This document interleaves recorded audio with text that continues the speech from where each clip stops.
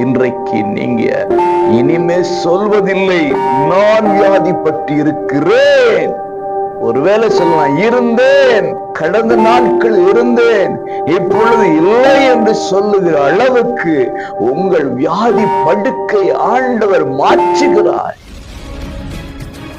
அன்பானவர்களே, இயேசுவின் மகத்துவமான நாமத்தில் மனதார வாழ்த்துக்கள். ஏசப்பா உங்களை ஆசீர்வதிப்பாருங்க.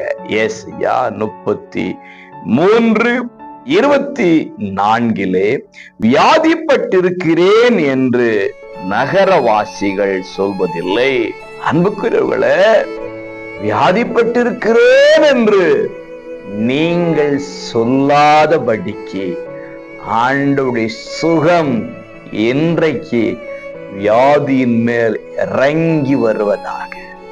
மருத்துவர்களை விட, மருந்துகளை விட ஆண்டவருடைய இரத்தத்துக்கு வல்லம் இருக்கிறது.